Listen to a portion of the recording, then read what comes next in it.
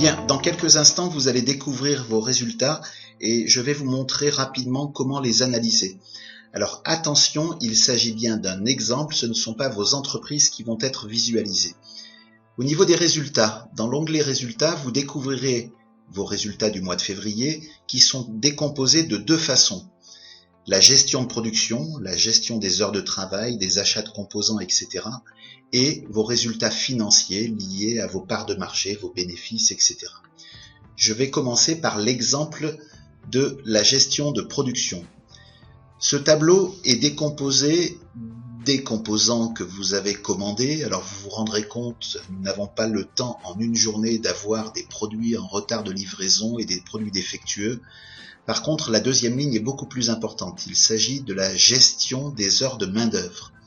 Vous avez dans un premier temps l'information de disponible que sont les heures théoriques. Elle correspond au nombre d'ouvriers fois les 152 heures de travail mensuelles de chacun d'eux. Ensuite, vous avez les heures nécessaires. Ce sont les heures nécessaires à la production que vous leur avez demandées. La production demandée dans cet exemple est de 58 uClean, 33 uStab et 30 uTemp.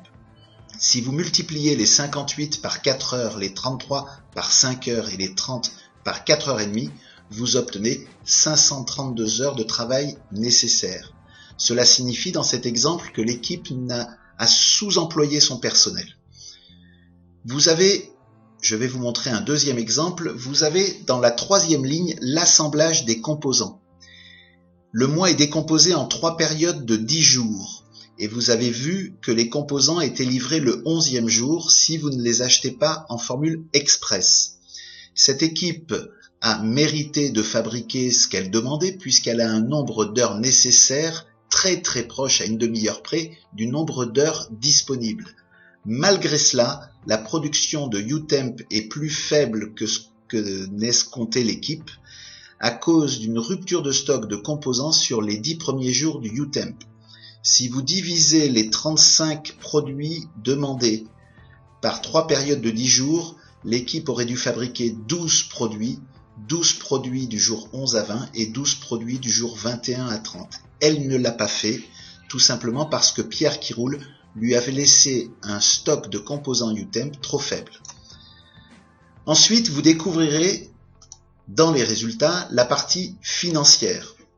Vous allez vous rendre compte que nous sommes très transparents par rapport à la politique de vos concurrents ainsi que la vôtre, puisque nous décomposons la stratégie à travers les investissements faits par chacune des équipes, les emprunts, les achats de composants, les embauches de personnel, les budgets conditions de travail et sécurité, la production réelle de chacun de vos concurrents, puis vient la partie commerciale avec la stratégie de prix, de promotion. Je rappelle que la promotion correspond à de la publicité sur lieu de vente chez vos revendeurs, le budget communication ainsi que l'embauche de commerciaux. Cette stratégie de chacune des équipes a été analysée par notre simulateur qui a choisi de façon juste de répartir les ventes de cette façon.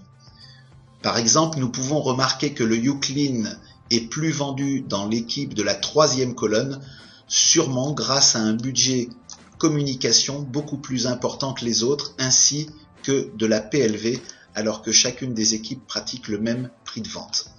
Le nerf de la guerre restera le résultat du mois.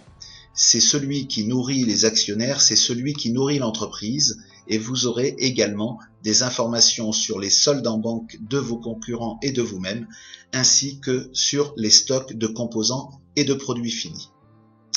Maintenant, il vous reste à prendre la décision du mois de mars. N'oubliez pas de consulter l'agenda de façon à connaître exactement la deadline pour la prise de décision. Avant de prendre votre décision, nous vous conseillons d'aller sur l'onglet Stratégie avec 2 informations supplémentaires que vous n'aviez pas jusqu'à présent. Tout d'abord, l'option Formation. Il vous est possible dans le jeu de former votre personnel pour pouvoir augmenter la productivité de celui-ci. Ainsi, si vous allouez un budget formation de 1%, vos ouvriers continueront de produire en 4 heures, 5 heures et 4 heures et demie. Plus le budget formation sera important, sera important, plus votre productivité le sera également. Autrement dit, vous passez d'un budget de 1% à 10%, vos ouvriers ne mettent plus 4 heures pour fabriquer un Uclean, mais 95% de 4 heures. Attention, 2 informations importantes. L'augmentation de la productivité est instantanée. Elle a donc lieu le mois même où vous le décidez. Deuxième information importante, l'augmentation de la productivité n'est pas un acquis. Autrement dit, si vous allouez un budget formation de 10%, vous augmentez la productivité le mois même. Si vous repassez à un budget formation de 1% le mois suivant, vos ouvriers ont perdu la mémoire et se remettent à fabriquer en 4 heures, 5 heures et 4 heures et demie. La deuxième information importante que vous pourrez découvrir, c'est la tendance du marché.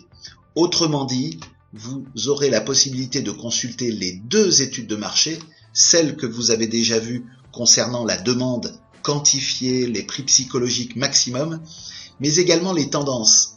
Les tendances concernent les sensibilités de vos clients finaux que sont les propriétaires de piscines par rapport aux produits que vous commercialisez. Autrement dit, sont-ils plus sensibles au prix, à la notoriété de votre entreprise? Vous découvrirez que la sensibilité de vos clients finaux est différente en fonction du type de produit. Je vais vous donner qu'un exemple. On se rend compte que par exemple sur le robot aspirateur, le prix est quelque chose de prépondérant dans la décision d'achat de vos clients finaux. Donc, vous risquez d'avoir la même sensibilité auprès de vos revendeurs qui s'adressent eux-mêmes à vos clients finaux. Voilà, je pense que je vous ai à peu près tout dit quant à la décision du mois de mars. Donc, n'oubliez pas d'analyser votre stratégie ainsi que celle de vos concurrents, de bien réfléchir à l'option de formation et de bien analyser les tendances du marché qui vous feront sûrement gagner ce jeu. Bon courage à tous.